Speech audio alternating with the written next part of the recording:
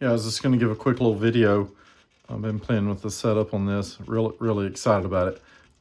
This is really cool. So the way I've got it set right now, just keeping it very simple.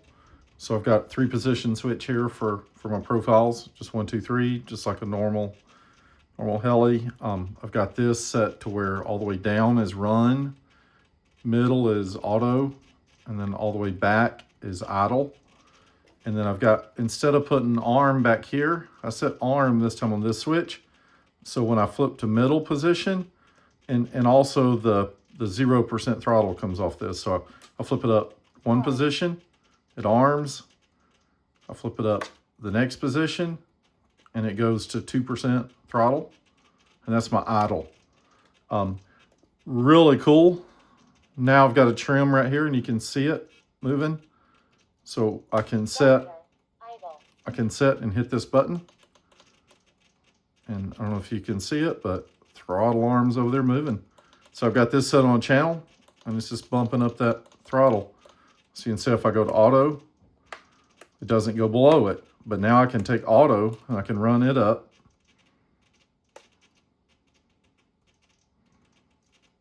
And see it start moving.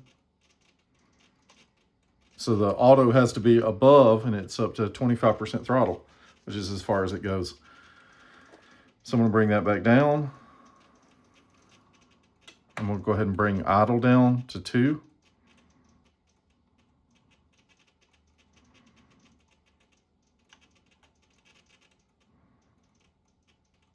Okay, oh, a little low. Just bump it right back up. And this is using the adjust values. So I'm at 2 there, okay? Then I'm gonna go a little high. It takes a second to register after it comes through, okay? And the reason I'm going to 2, I'll show you in a second. So now I can go to auto. We'll see what auto is set at. 8. I bumped it, or no, 16. I bumped it down some.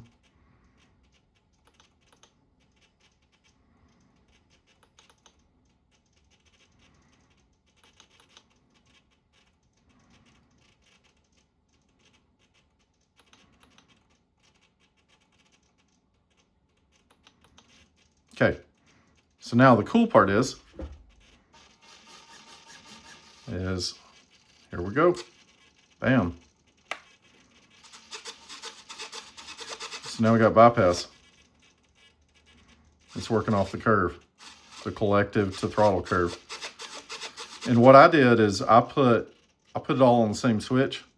So middle position, I'm in bypass. If I flip it down, I've got remote glow and bypass on, both.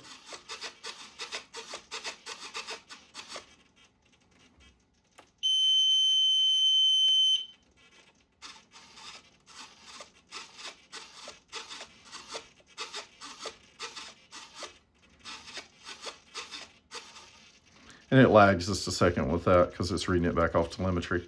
But really nice. So now we've got, and you can see it working off the curve, which is perfect for nitro. Yep, you come down, and then I turn that off, and I'm sitting right at my idle point. I go to auto, it comes up just a little bit, and I go to run, I'm in governor. So yeah, really cool. There's the in-flight screen. But what I figured out is if I set both the idle and the bottom point on the curve to 2%, then what I can do is I can go into the Lua now. Go hardware, and just go to motors, ESC motors. Okay, so now I can come here and I can adjust that point. So if you see that throttle arm, I'm gonna disarm it. Disarmed. Governor off. Okay. And I'm gonna have that set at 1150 just to test it. So I'm gonna go back to 1070. Bam. Save that.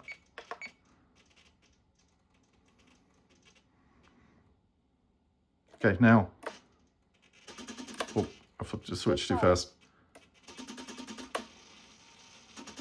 All right. So now I go to arm. I'm still at 0% throttle. Then I go up, and you can see it low. It's a lower point. So what I figured out is that I won't have to go back in and adjust the low point on the throttle curve every time. If I just set both the idle and the curve, the low point of the curve at 2%, then I can go in here and I can adjust the idle.